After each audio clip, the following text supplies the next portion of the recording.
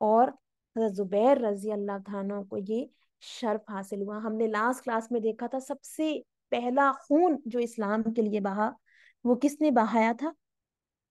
وہ سعد بن ابی وقاص رضی اللہ تعالیٰ عنہ نے بہایا تھا. حضرت زبیر رضی اللہ تعالیٰ عنہ جو ہیں پیارے نبی کریم صلی اللہ علیہ وسلم نے ایک موقع پر ان کے بارے میں فرمایا کہ ہر نبی کے حواری ہوتے ہیں اور میرے حواری زبیر بن عوام رضی اللہ تعالیٰ عنہ ہیں. یہ پیارے نبی کریم صلی اللہ علیہ وسلم نے ان کو جو یہ لقب دیا یہ غزوہ خندق کے موقع پر جو ہے وہ حضرت زبیر رضی اللہ تعالیٰ عنہ کو ملا.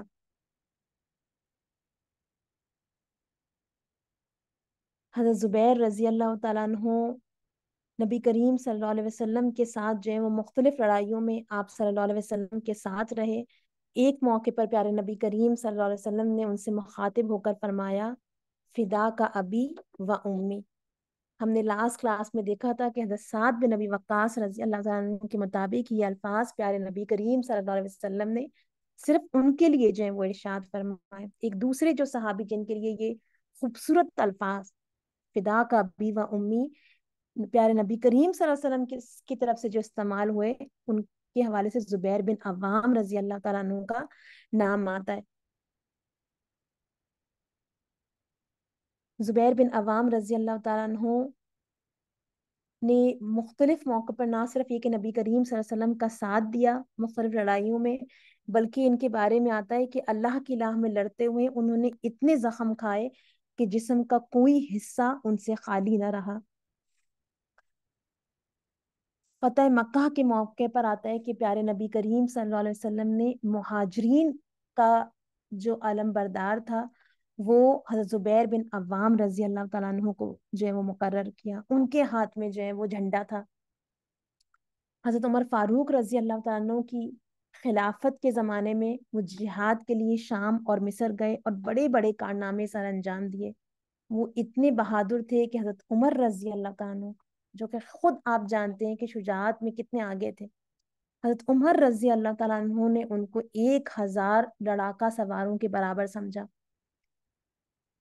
حضرت زبیر رضی اللہ تعالیٰ عنہ ان 6 افراد میں سے ہیں جن کو حضرت عمر فاروق رضی اللہ تعالیٰ عنہ نے ہر لحاظ سے خلیفہ بننے کے قابل سمجھا اور جن کے بارے میں انہوں نے وصیت کی کہ میرے بعد ان 6 میں سے کسی ایک کو خلیفہ چن لیا جائے. حضرت زبیر بن عوام رضی اللہ تعالیٰ عنہ نے ایسی حالت میں شہادت پائی جب وہ نماز پڑھ رہے تھے اور ان کا سر سجدے میں تھا. زبیر بن عوام رضی اللہ تعالیٰ عنہ کے بعد جن صحابی کو ہم دیکھتے ہیں وہ حضرت طلحہ رضی اللہ تعالیٰ عنہ ہیں. حضرت طلحہ رضی اللہ تعالیٰ عنہ بھی حضرت زبیر رضی اللہ تعالیٰ عنہ کی طرح ایک ٹین ایجر تھے جس وقت یہ ایمان انہوں نے قبول کیا اور آتا ہے کہ he was just 16 years old جب انہوں نے اسلام قبول کیا. ان کے اسلام قبول کرنے کا جو واقعہ ہے وہ سیرت کی کتابوں میں آتا ہے اور میں آپ کے ساتھ اس واقعے کو شیئر کرتی ہوں. خود حضرت طلحہ رضی اللہ تعالیٰ عنہ کا بیان ہے کہ جس زمانے میں پیارے نبی کریم صلی اللہ علیہ وسلم نے لوگوں کو اسلام کی طرف بلانا شروع کیا میں اپنے تجارتی کاروبار کے سلسلے میں ملک شام کے شہر بصرہ گیا. وہاں ایک گرجے میں ایک عیسائی درویش کو دیکھا جو لوگوں سے پوچھ رہا تھا کہ آج کل مکہ سے بھی کوئی شخص یہاں آیا ہے. وہ کہتے ہیں میں فوراً اس کے پاس گیا اور کہا کہ میں مکہ سے آیا ہوں. درویش نے پوچھا کیا احمد نبی ظاہر ہو چکے ہیں صلی اللہ علیہ وسلم؟ حضرت طلحہ رضی اللہ تعالیٰ عنہ کہتے ہیں کہ کون احمد؟ درویش نے کہا احمد بن عبداللہ بن عبد المطلب صلی اللہ علیہ وسلم.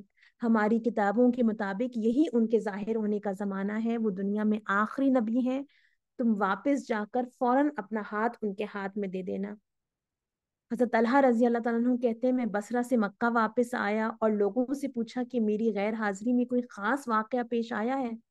لوگوں نے ان کو بتایا کہ محمد بن عبداللہ صلی اللہ علیہ وسلم نے نبی ہونے کا دعویٰ کیا ہے اور ابو قحافہ کے بیٹے یعنی ابو بکر صدیق رضی اللہ تعالیٰ عنہ نے ان کے دین قبول کر لیا ہے.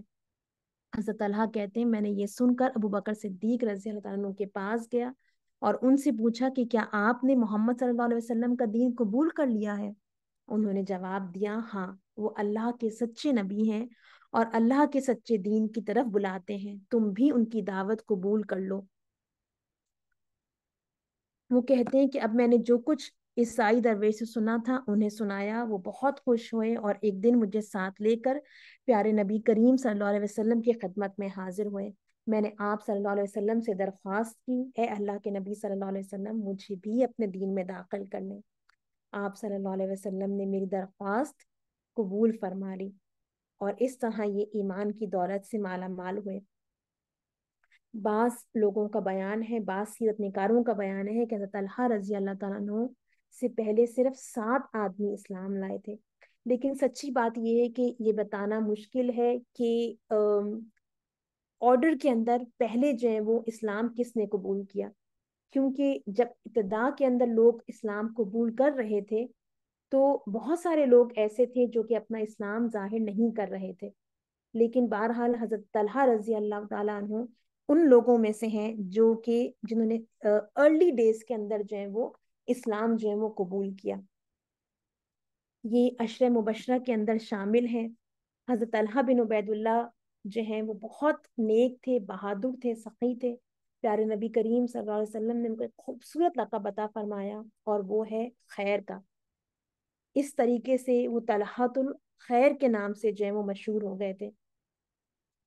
پیارے نبی کریم صلی اللہ علیہ وسلم کی جتنی کافروں کے ساتھ لڑائیاں ہوئیں سب میں پیارے نبی کریم صلی اللہ علیہ وسلم کے ساتھ رہے، لیکن احد کے موقع پر جو ان کی شان تھی، جس طرح پیارے نبی کریم صلی اللہ علیہ وسلم کا ساتھ دیا اور جس طرح پیارے نبی کریم صلی اللہ علیہ وسلم کو ڈیفینڈ کیا، وہ ایگزیمپلری ہے، وہ بہت خوبصورت ہے۔ احد کی لڑائی میں آتا ہے کہ جب حضرت طلحہ رضی اللہ تعالیٰ عنہ پیارے نبی کریم صلی اللہ علیہ وسلم کو اپنی پیٹھ پر سوار کر کے پہاڑ کی چوٹی پر چڑھے تو پیارے نبی کریم صلی اللہ علیہ وسلم نے اس موقع پر فرمایا طلحہ کے لیے جنت واجب ہو گئی۔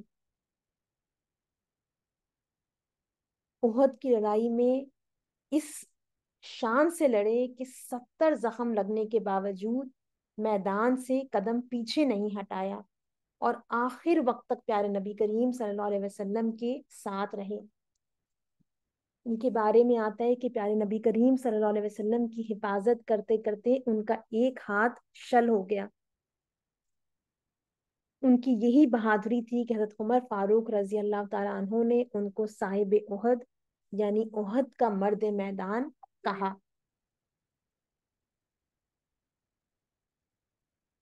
اللہ تعالیٰ نے حضرت طلحہ رضی اللہ تعالیٰ عنہ کو شہادت کا جو ہے وہ مرتبہ عطا فرمایا، شہادت کی موت جو ہے وہ نصیب فرمائی۔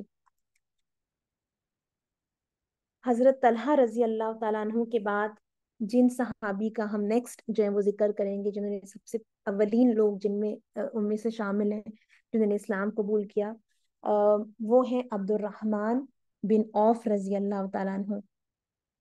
عبد الرحمن بن عوف رضی اللہ تعالیٰ عنہ جو ہیں ان کا تعلق قریش کی شاخ جو ہے وہ بنو زہرہ سے تھا۔ پیارے نبی کریم صلی اللہ علیہ وسلم کی جو والدہ ہیں بی بی آمنہ جو ہیں وہ بھی اسی شاخ سے تھیں۔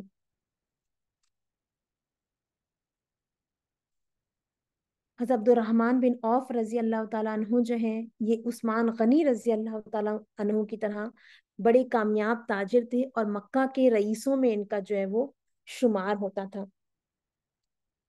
حضرت ابوبکر صدیق رضی اللہ تعالیٰ عنہ کے ہاتھ جو ہیں انہوں نے اسلام قبول کیا، اور یہ سب سے یعنی جن کی عمر سب سے بڑی تھی، حضرت ابوبکر صدیق رضی اللہ تعالیٰ عنہ نے جن لوگوں کو اسلام قبول کیا ان میں یہ سب سے بڑی عمر کے تھے۔ ہی واز 30 ایئرز اولڈ جب جو ہے وہ حضرت ابوبکر صدیق رضی اللہ تعالیٰ عنہ نے انہیں اسلام کی دعوت کی اور انہوں نے وہ دعوت جو ہے وہ فوراً قبول کی۔ کہتے ہیں کہ اسلام لانے والوں میں ان کا شمار جو ہے وہ 13ویں نمبر پر ہوتا ہے۔ اسی زمانے میں ان کی جو والدہ ہیں حضرت شفا بنت عوف رضی اللہ تعالیٰ عنہ، ان کے بارے میں آتا ہے کہ انہوں نے بھی اسلام قبول کیا۔ اسلام قبول کرنے کے بعد حضرت عبد الرحمن بن عوف رضی اللہ تعالیٰ عنہ نبی کریم صلی اللہ علیہ وسلم کی خدمت میں حاضر ہوئے تو آپ صلی اللہ علیہ وسلم نے ان کے اسلام سے پہلے کے نام عبد عمر یا عبد الکعبہ ان کا نام آتا ہے کہ اسلام سے پہلے تھا، اس کو بدل کر ان کا اسلامی نام عبد الرحمن رکھ دیا۔ کیوں رکھا پیارے نبی کریم صلی اللہ علیہ وسلم نے یہ نام ان کا؟ اللہ کو کے جو اللہ کے جو فیوریٹ دو نام ہیں، ان میں سے کون سے دو نام ہیں؟ عبداللہ اور عبد الرحمن۔ تو پیارے نبی کریم صلی اللہ علیہ وسلم نے ان کا نام رکھا، کتنا بڑا شرف ان کو حاصل ہوا۔ عبد الرحمن بن عوف رضی اللہ تعالیٰ عنہ جو ہیں، بہت زیادہ دولت مند تھے، اور اس کے ساتھ اتنا ہی بڑا دل تھا اور اتنا ہی بڑا حوصلہ تھا۔ اللہ کے راستے میں بے دریغ جو ہے وہ یہ مال جو ہے وہ اپنا لٹاتے تھے اپنی سخاوت کی وجہ سے۔ جیسے ہم عثمان غنی رضی اللہ تعالیٰ عنہ کو جانتے ہیں کہ مشہور تھے، اسی طرح سے حضرت عبد الرحمن بن عوف بھی اپنی سخاوت کے لیے بہت مشہور تھے۔ تاریخ کے اندر آپ کتابیں دیکھیں تو ان کتابوں کے اندر ان کی سخاوت کے ایک نہیں کئی واقعات ملتے ہیں۔ جیسے کہ ایک واقعہ آتا ہے کہ ایک دفعہ انہوں نے کچھ زمین 40,000 دینار میں حضرت عثمان غنی رضی اللہ تعالیٰ عنہ کے ہاتھ فروخت کی۔ یہ رقم ہاتھ میں آتے ہی انہوں نے تمام کی تمام مدینہ کے غریبوں اور مسکینوں میں تقسیم کر دی۔ ایک دفعہ مسلمانوں کو جہاد کے لیے گھوڑوں کی ضرورت تھی۔ اس زمانے میں حضرت عبد الرحمن بن عوف رضی اللہ تعالیٰ عنہ کے پاس کافی گھوڑے تھے۔ ان سے گھوڑے مانگے گئے تو انہوں نے خوشی خوشی 500 گھوڑے اللہ کی راہ میں دے دیے۔ ایک دفعہ 500 اونٹ مجاہدین کی خدمت میں پیش کیے۔ دو موقعوں پر جب نبی کریم صلی اللہ علیہ وسلم نے مسلمانوں کو اللہ کی راہ میں خرچ کرنے کی ترغیب دی، انہوں نے 40 ہزار نقد اللہ کی راہ میں پیش کر دیے۔ ایک دفعہ پیارے نبی کریم صلی اللہ علیہ وسلم نے مسلمانوں کو غلام آزاد کرنے کی ترغیب دی، تو حضرت عبد الرحمن رضی اللہ تعالیٰ عنہ نے ایک ہی دن میں ون ڈے 30 غلام آزاد کر دیے، حالانکہ ایک غلام کئی ہزار میں خریدا گیا تھا۔ ان کے علاوہ بھی انہوں نے اپنی زندگی میں سینکڑوں غلام آزاد کیے۔ حضرت عبد الرحمن بن عوف رضی اللہ تعالیٰ عنہ نے اپنی وفات سے پہلے فرمایا کہ بدر کی لڑائی میں جو صحابہ رضی اللہ تعالیٰ عنہم اجمعین پیارے نبی کریم صلی اللہ علیہ وسلم کے ساتھ شریک تھے، ان میں سے جو اس وقت زندہ ہیں ان کو بلاؤ، اور ہر ایک کی خدمت میں میری طرف سے 400 دینار پیش کرو، اور درخواست کرو یہ ہدیہ وہ قبول فرما لے۔ اس وقت تقریباً 100 بدری صحابہ اس دنیا میں موجود تھے۔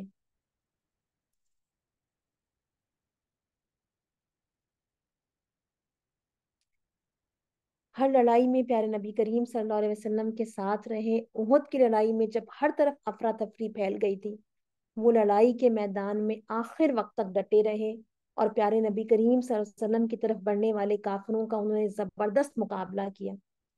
انہوں نے 21 زخم کھائے مگر پیچھے ہٹنے کا نام نہ لیا۔ پاؤں میں ان کی ایسا گہرا زخم آیا اس موقع پر کہ ساری عمر لنگڑا کر چلتے رہے۔ پیارے نبی کریم صلی اللہ علیہ وسلم سے حضرت عبد الرحمن بن عوف رضی اللہ عنہ کی جو محبت تھی وہ ایگزیمپلری تھی۔ پیارے نبی کریم صلی اللہ علیہ وسلم کی وصال کے بعد جو امت کی مائیں ہیں، امہات المومنین، پیارے نبی کریم صلی اللہ علیہ وسلم کی جو ازواج ہیں، ان کی حد سے زیادہ انہوں نے خدمت کی، اور کئی مرتبہ ان کی خدمت میں بڑی بڑی رقمیں پیش کی۔ ایک دفعہ آتا ہے کہ انہوں نے ایک زمین 40,000 دینار میں بیچی، 40,000 دینار۔ اس کا ایک حصہ انہوں نے اپنے خاندان بنو زہرہ کے غریبوں، مسکینوں اور حاجت مندوں میں تقسیم کر دیا، اور ایک حصہ امت کی ماؤں کے خدمت میں بھیج دیا۔ حضرت عائشہ صدیقہ رضی اللہ تعالیٰ عنہ کے پاس ان کا حصہ پہنچا تو انہوں نے پوچھا یہ مال کس نے دیا ہے؟ انہیں بتایا گیا کہ عبد الرحمن بن عوف نے زمین بیچی ہے اور مال تقسیم کیا ہے۔ حضرت عائشہ رضی اللہ تعالیٰ عنہ نے فرمایا یہ رسول اللہ صلی اللہ علیہ وسلم نے ارشاد فرمایا تھا کہ میرے بعد تم پر سوائے بھلے لوگوں کے کوئی مہربانی نہ کرے گا۔ اللہ تعالیٰ ابن عوف کو جنت کی سلسبیل سے سیراب کرے۔ حج کے موقع پر امہات المومنین کی نگرانی اور حفاظت انہی کے ذمے ہوتی تھی۔ وہ ان کے لیے سواری اور پردے کا انتظام کرتے تھے۔ جہاں پڑاؤ ہوتا تھا وہاں ان کو احترام کے ساتھ اتارنے کا خاص انتظام فرماتے تھے۔ پیارے نبی کریم صلی اللہ علیہ وسلم نے ایک مرتبہ اپنی ازواج سے فرمایا تھا کہ میرے بعد جو شخص تمہاری خدمت اور حفاظت کرے گا وہ نہایت صادق اور نیکوکار ہوگا۔ پھر آپ صلی اللہ علیہ وسلم نے حضرت عبد الرحمن بن عوف کا نام لے کر ان کے لیے دعا کی تھی کہ اللہ انہیں سلسبیل سے سیراب کرے۔ عبد الرحمن بن عوف رضی اللہ تعالیٰ عنہ کے بعد جن صحابی کو ہم نیکسٹ ڈسکس کرنے لگے وہ ابو عبیدہ ابن الجراح رضی اللہ تعالیٰ عنہ ہیں۔ ان کا تعلق قریش کی شاخ بنی فہر سے ہے، یہ بھی عشرہ مبشرہ میں شامل ہیں۔ بچپن سے ہی طبیعت میں شروع سے ان کی نیکی تھی۔ حضرت ابوبکر صدیق رضی اللہ تعالیٰ عنہ کی کمپنی میں جو ہیں یہ اٹھتے بیٹھتے تھے، اور انہی کی ترغیب سے حضرت ابو عبیدہ رضی اللہ تعالیٰ عنہ نے اسلام قبول کیا۔ جس وقت انہوں نے اسلام قبول کیا اس وقت ان کی ایج آتی ہے کہ he was just 29 years old۔ اس طرح ابو عبیدہ رضی اللہ تعالیٰ عنہ جو ہیں یہ بھی سابقون الاولون میں جو ہیں وہ شامل ہوئے۔ حضرت ابو عبیدہ رضی اللہ تعالیٰ عنہ کے حوالے سے بہت کچھ ہے، لیکن کچھ چیزیں جو ان کے مقام کو ظاہر کرتی ہیں، ان کی اسلام سے محبت کو ظاہر کرتی ہیں، اس میں ان کی بدر کی لڑائی کے اندر جو انسیڈنٹ ہے وہ آتا ہے کہ اللہ اور اس کے رسول اور اسلام سے ان کی محبت اس شدت کی تھی کہ بدر کی لڑائی کے روز ان کا جو کافر باپ تھا وہ ان کے جو ہے وہ یعنی سامنے آیا، اور ابو عبیدہ رضی اللہ تعالیٰ عنہ didn't hesitate to kill him for the sake of Allah, the Prophet صلی اللہ علیہ وسلم and اسلام۔ تو سوچیں کہ باپ کی بھی قربانی دے دی اس دین کے راستے میں۔ احد کی لڑائی میں تو جو انہوں نے یعنی کردار ادا کیا وہ پیارے نبی کریم صلی اللہ علیہ وسلم سے ان کی ایکسٹریم محبت جو ہے وہ اس کا اظہار کرتا ہے کہ یوم احد کو جب نبی کریم صلی اللہ علیہ وسلم کے گالے مبارک میں ذرہ کے 2 حلقے جو ہیں وہ کھپ گئے تو حضرت سیدنا ابو عبیدہ رضی اللہ تعالیٰ عنہ وہ صحابی تھے جنہوں نے اپنے دانتوں کے اندر جو ہے وہ ان حلقوں کو، ان کڑیوں کو جو ذرہ کی تھی ان کو دبا کر اور ان کو کھینچا اور باہر نکالا، اس سے کہ اگر کسی اور چیز سے نکالیں گے تو پیارے نبی کریم صلی اللہ علیہ وسلم کو زیادہ تکلیف ہوگی، تو اس لیے اپنے دانت یوز کیے پیارے نبی کریم صلی اللہ علیہ وسلم کے چیک مبارک سے جو ہے وہ ذرے کی جو حلقے ہیں اس کو نکالنے کے لیے، اور اس کی وجہ سے کیا ہوا کہ ان کے جو سامنے کے 2 دانت تھے وہ جو ہے وہ نکل گئے، ہے نا، اللہ اور اس کے رسول کی محبت پر وہ قربان کر دیے۔ لیکن کہا جاتا ہے کہ اللہ کی قدرت ایسی کہ دانت نکلنے کے بعد جو ہے وہ آپ کا چہرہ پہلے سے زیادہ جو ہے وہ خوبصورت معلوم ہوتا تھا۔ اس قدر دیانتدار اور امانت دار تھے کہ پیارے نبی کریم صلی اللہ علیہ وسلم نے ان کو امین الامت کا لقب جو ہے وہ عطا فرمایا۔ جس طرح سعد بن ابی وقاص رضی اللہ تعالیٰ عنہ جو ہیں وہ سپہ سالار تھے، جرنیل تھے اسلامک آرمی کے، جس نے جو ہے وہ پرشین امپائر کو جو ہے وہ شکست دی۔ اسی طرح سے ابو عبیدہ ابن الجراح رضی اللہ تعالیٰ عنہ جو ہیں یہ وہ صحابی ہیں جن کی یعنی سپرویژن کے اندر جو ہے وہ سارا شام جو ہے وہ فتح ہو گیا، اور when he was the commander of the Muslim army جو کہ رومن سے لڑ رہی تھی اور جن کے انڈر شام فتح ہوا، تو خالد ابن ولید رضی اللہ تعالیٰ عنہ ہے نا، فیمس صحابی، ہم سب جانتے ہیں ان کا کیا مقام ہے، تو خالد بن ولید رضی اللہ تعالیٰ عنہ جو ہے وہ ان کی جو ہے وہ سپرویژن کے اندر جو ہے وہ لڑ رہے تھے۔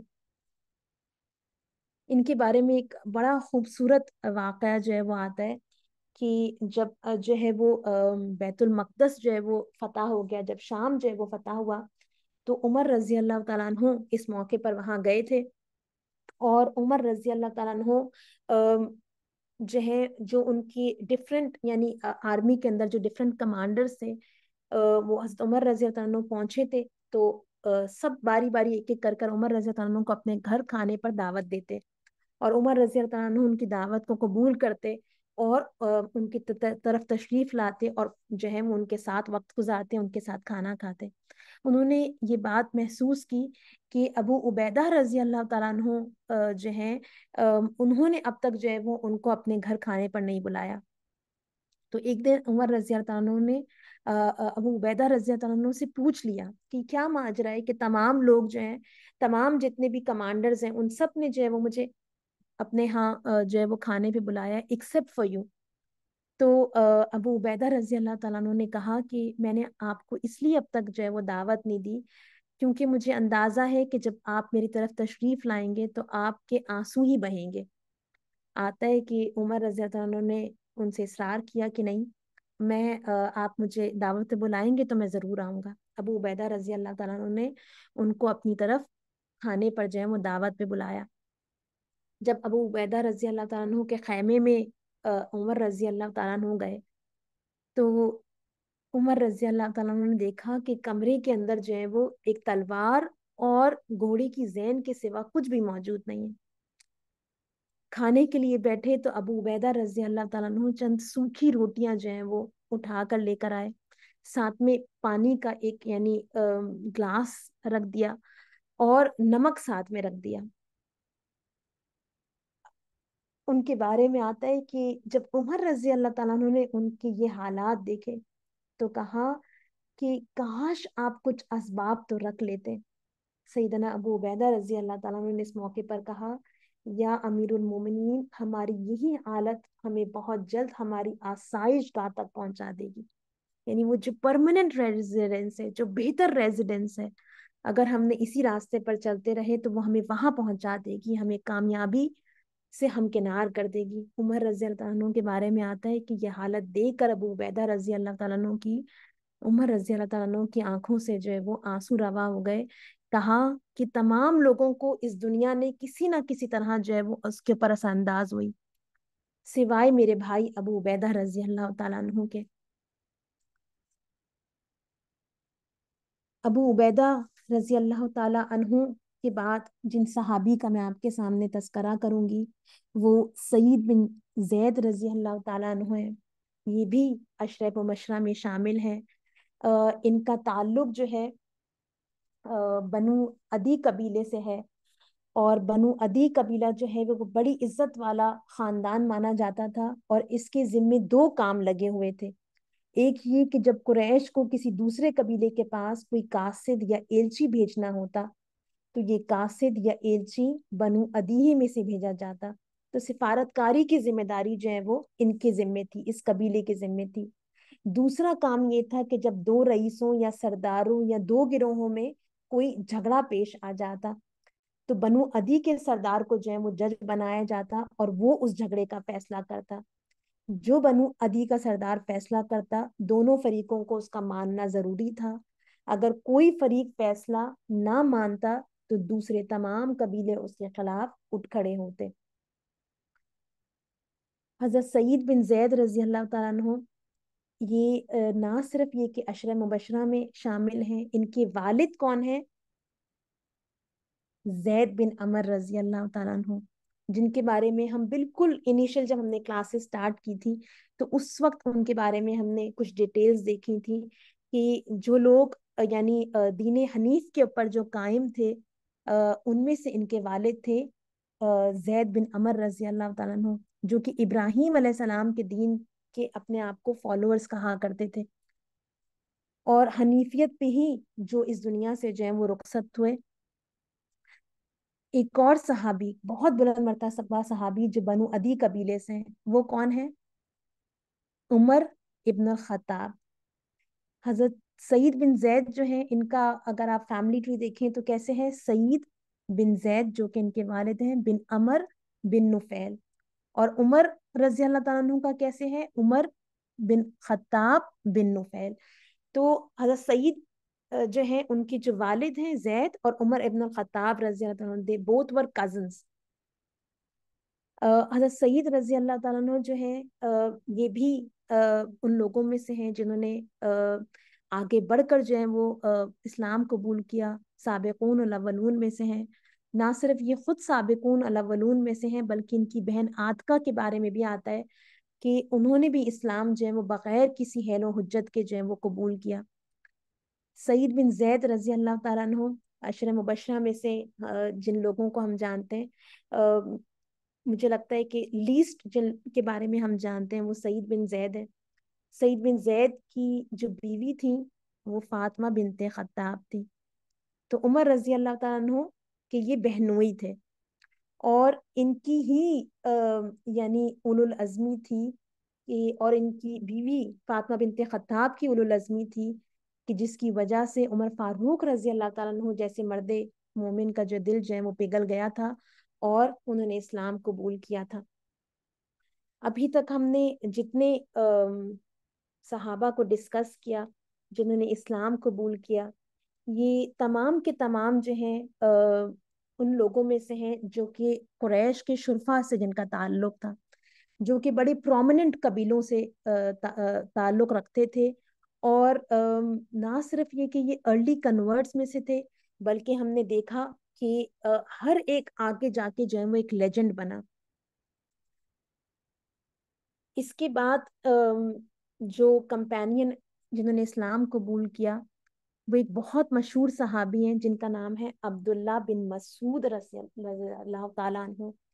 عبداللہ بن مسعود رضی اللہ تعالیٰ عنہ جو ہیں یہ وہ پہلے شخص ہیں جنہوں نے اسلام قبول کیا جن کا تعلق قریش سے نہیں تھا۔ نہ نہ صرف یہ کہ یہ قریش سے تعلق نہیں رکھتے تھے، بلکہ یہ ہے کہ یہ مکہ سے بھی جو ہے وہ تعلق نہیں رکھتے تھے۔ یہ غلام نہیں تھے، لیکن جن کو ہم کہہ سکتے ہیں کہ سرونٹ کلاس، ان سے ان کا تعلق تھا، اور یہ ایک یمنی قبیلے سے جو ہے وہ تعلق رکھتے تھے۔ عقبہ بن ابی معیط جو کہ کافروں کے اندر جو ہے، ہم آگے جا کے دیکھیں گے سیرت کے اندر کہ ایک بہت ہی سفاک جو ہے وہ سفاک قسم کا جو ہے وہ اینمی تھا پیارے نبی کریم صلی اللہ علیہ وسلم کا۔ یہ عقبہ بن ابی معیط جو ہے یہ ان کے جو ہے وہ چرواہے تھے۔ عقبہ بن ابی معیط نے یعنی ان کو ہائر کیا ہوا تھا اپنی بکریاں جو ہیں وہ چرانے کے لیے۔ عبداللہ بن مسعود رضی اللہ تعالیٰ عنہ اپنے قبول اسلام کا واقعہ جو ہے وہ بتاتے ہیں، اور بہت ہی خوبصورت واقعہ ان کے قبول اسلام کا، کہ وہ کہتے ہیں کہ ایک روز جو ہے وہ میں اپنی بکریاں جو ہے وہ چرا رہا تھا کہ میں نے دیکھا کہ دور سے جو ہے وہ دو اصحاب جو ہیں وہ میری طرف آ رہے ہیں، اور وہ دو اصحاب کون تھے؟ وہ پیارے نبی کریم صلی اللہ علیہ وسلم اور ابو بکر صدیق رضی اللہ تعالیٰ عنہ تھے۔ وہ کہتے ہیں کہ ان دونوں افراد کو میں نے نہیں پہچانا۔ جب وہ میرے قریب آئے تو انہوں نے مجھ سے کہا کہ کیا تم کسی بکری کا دودھ دھو کر ہماری پیاس بجھا سکو گے؟ عبداللہ بن مسعود رضی اللہ تعالیٰ عنہ کے بارے میں آتا ہے کہ یہ چھوٹے سے قد کے اور گندمی رنگ کے دبلے پتلے سے چرواہے تھے۔ انہوں نے بڑی عاجزی کے ساتھ جو ہے وہ ان دونوں افراد کو جواب دیا کہ یہ بکریاں میری نہیں ہیں، ان کا مالک عقبہ بن ابی معیط ہے، اس کی اجازت کے بغیر کسی بکری کا دودھ آپ کو دینا امانت میں خیانت ہوگی۔ ہے نا، اس سے ہمیں پتہ چلتا ہے کہ جن لوگوں نے سب سے اولین جو ہے وہ اسلام قبول کیا ان کا کیریکٹر کیسا تھا اسلام سے پہلے بھی۔